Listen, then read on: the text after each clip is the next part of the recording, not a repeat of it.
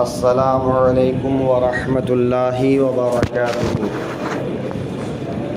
الحمد للہ کفا وسلام علی حبیبہ الذین اصطفیٰ، اما بعد فاعوذ باللہ من الشیطان الرجیم، بسم اللہ الرحمن الرحیم۔ فمن شہد منکم الشہر فلیصمہ، صدق اللہ المولانا العظیم وصدق رسولہ النبی الامین المتین الکریم۔ سب سے پہلے اپنے آقا اور مولا کی بارگاہ میں درود و سلام کا نذرانہ محبت پیش کریں۔ اللہم صلی علی سیدنا مولانا محمد بارک وسلم، صلاۃ و سلام علیک یا رسول اللہ صلی اللہ علیہ وآلہ وسلم۔ آج ایک مسئلے کو سمجھنے کی کوشش کرتے ہیں کہ بسا اوقات بہت سے لوگوں کے ساتھ یہ درپیش ہوتا ہے کہ اس کو نہانا فرض ہوتا ہے، غسل کرنا فرض ہوتا ہے، لیکن سحری سے پہلے غسل کرنے کا وقت نہیں ملتا، تو ایسا آدمی کیا کرے گا؟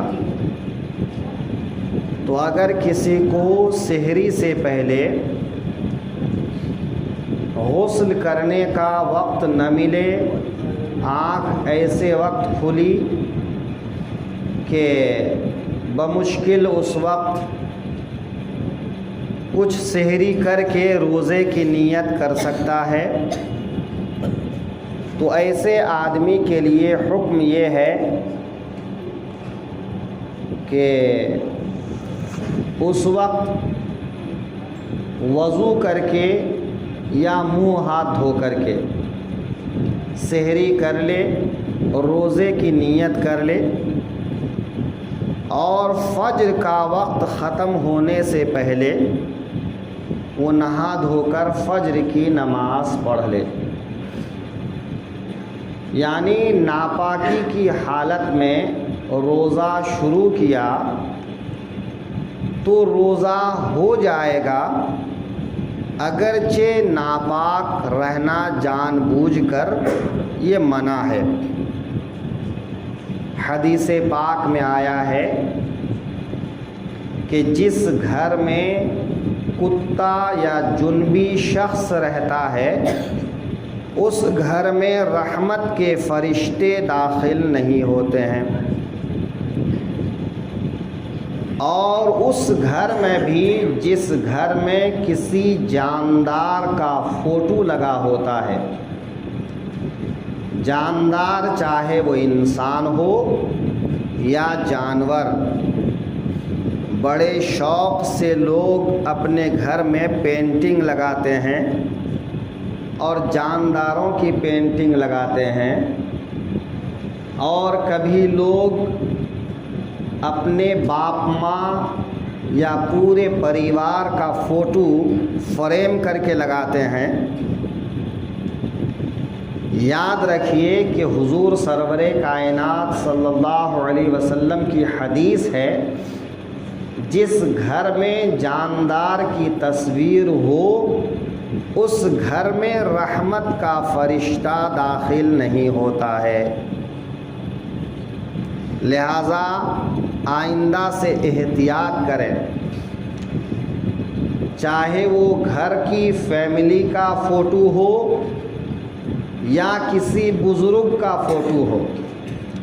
کبھی لوگ اپنے پیر صاحب کا لگا لیتے ہیں، اور کبھی جو بکنے والے تغرے ہوتے ہیں اس میں کسی بزرگ شخص کا فوٹو بنا رہتا ہے، ہاتھ میں تسبیح رہتی ہے، یا سامنے کوئی درگاہ وغیرہ کی فوٹو رہتی ہے، اور لوگ اس کو لگا لیتے ہیں، تو اس فوٹو کا بھی یہی حکم ہے۔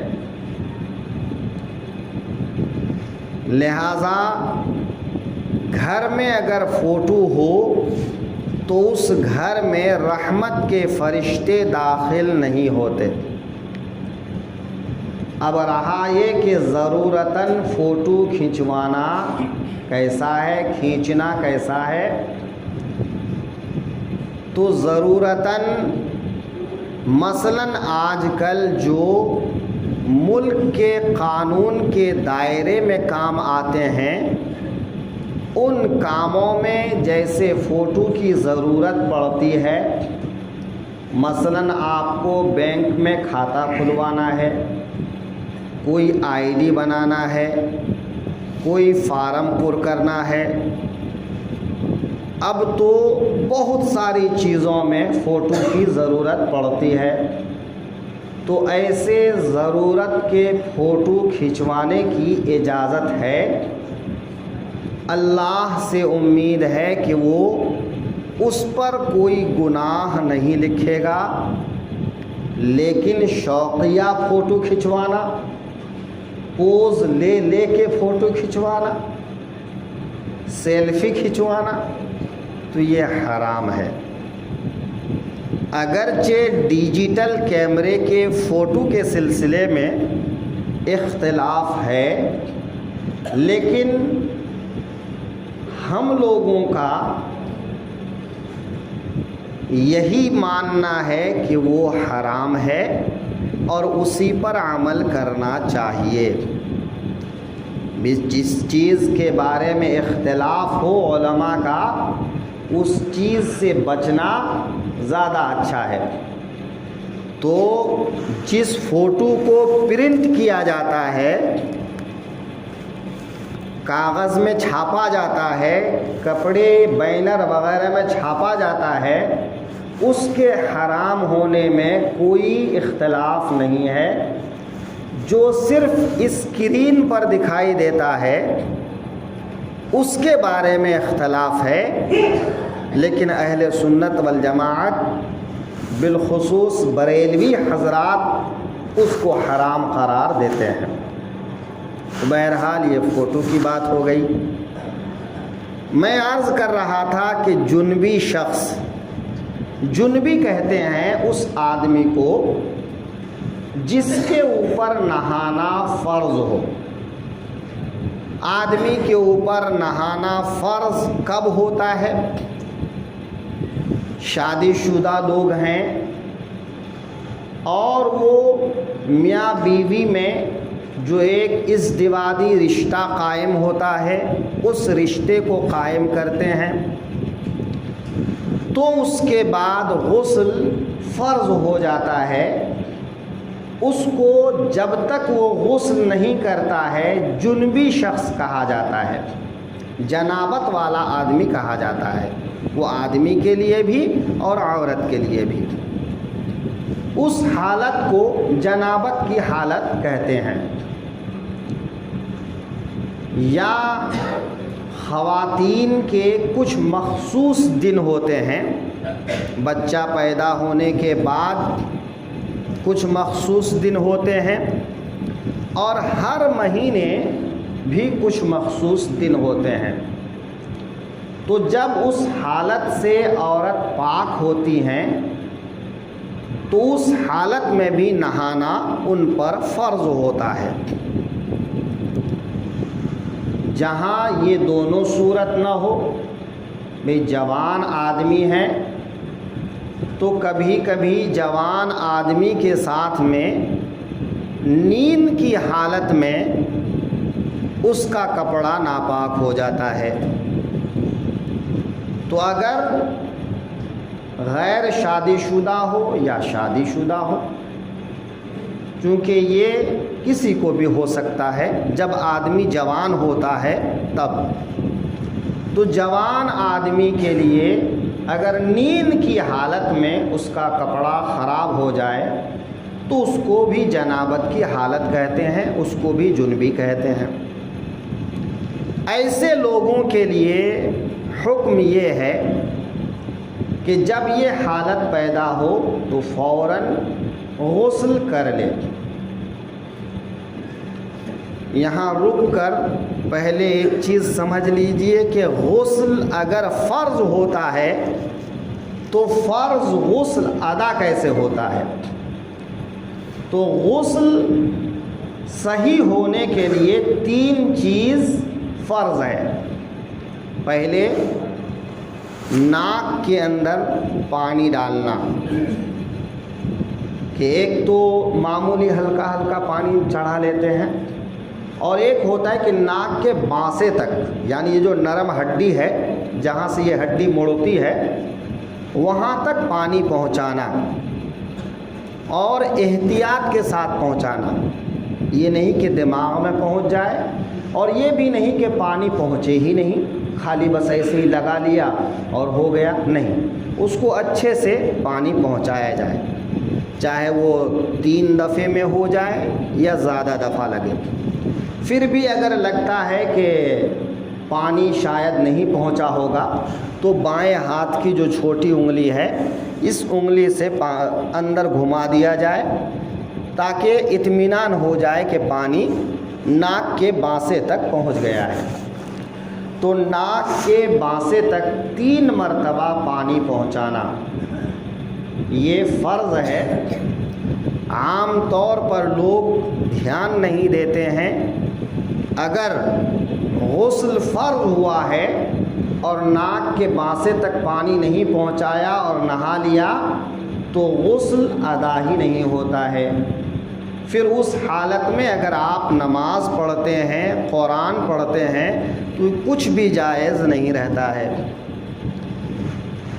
دوسری چیز کلی کرنا، غرغرہ کرنا۔ منہ کا جتنا حصہ کھلا رہتا ہے، جہاں تک پانی پہنچ سکتا ہے وہاں تک پانی پہنچانا، یعنی منہ میں پانی لے کر منہ کے اندر پانی کو گھمانا یا غرغرہ کرنا ہے نا، کہ حلق تک پانی پہنچانا۔ روزے کی حالت میں غرغرہ کرنے میں مبالغہ نہیں کرنا ہے۔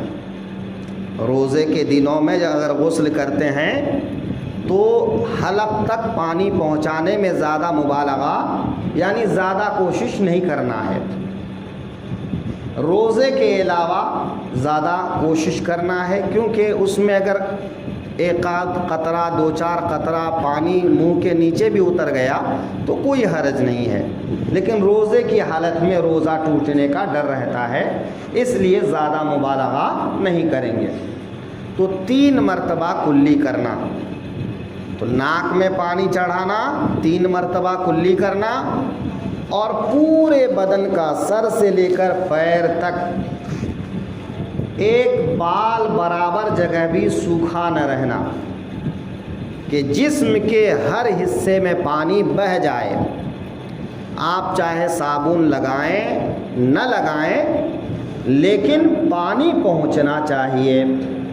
لہذا نہانے کے وقت بغل کا، یہ ران کے اندرونی حصے کا، پیچھے کے حصے کا خاص کر دھیان رکھیں۔ اگر بیٹھ کر نہاتے ہیں تو بیٹھ کر نہانے میں بیٹھنے میں جو 2 حصہ کبھی کبھی ایک جگہ مل جاتا ہے، پیروں کے موڑنے کی جگہ پہ، کمر کے موڑنے کی جگہ پہ، تو ان جگہوں پر پانی پہنچانا خاص طور پر فرض ہے۔ تو جسم کا کوئی حصہ، چاہے وہ مرد ہوں چاہے وہ خاتون ہوں، کوئی بھی حصہ سوکھا نہ رہے، ہر حصے پر پانی پہنچ جائے۔ تو یہ 3 کام غسل میں فرض ہے، اس کے بنا غسل ہوتا ہی نہیں ہے۔ اگر آپ اس کو دھیان رکھے بنا غسل کر لیں گے تو پھر آپ کا غسل نہیں ہوا تو آپ کی نماز نہیں ہوگی، آپ کے لیے قرآن پڑھنا جائز نہیں ہوگا، ہے نا۔ تو بہرحال جس کے اوپر غسل واجب ہو، فرض ہو، اب چاہے یہ رات میں ہو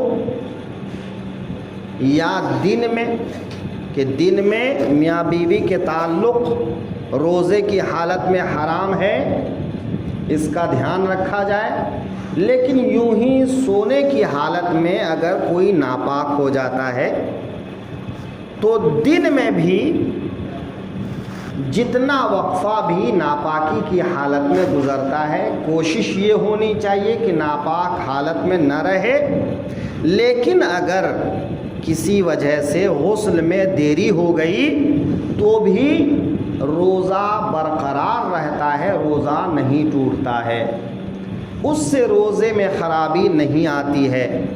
ہاں، اگر آپ اسی ناپاکی کی حالت میں کوئی نماز کا وقت گزار دیتے ہیں تو نماز کا وقت گزار دینے، نماز قضا کر دینے کی وجہ سے گناہ ہوتا ہے، کہ نماز قضا کرنا یوں بھی گناہ ہے اور ناپاکی کی حالت میں نماز قضا کر دینا اور بھی گناہ ہے۔ تو اس بات کا دھیان رکھا جائے۔ بہت سے لوگ کنفیوز ہوتے ہیں کہ اگر ناپاکی کی حالت میں روزہ شروع کر لیا یا دن میں ناپاک ہو گیا تو اس کا روزہ ہوا یا نہیں، تو اس ناپاکی سے روزے پر کوئی اثر نہیں پڑتا ہے۔ ہاں، کوشش یہ ہو کہ ناپاکی کی حالت میں آدمی زیادہ دیر نہ رہے، نماز قضا نہ کرے۔ یہ تو غسل کے تعلق سے ہو گیا، پاکی ناپاکی کے تعلق سے۔ روزے کی حالت میں برش وغیرہ کرنا، مسواک کرنا سنت ہے اور مسواک کی بہت فضیلت آئی ہے، لیکن برش کر لینا ٹوتھ پیسٹ وغیرہ سے یا منجن وغیرہ سے، یہ کیا ہے؟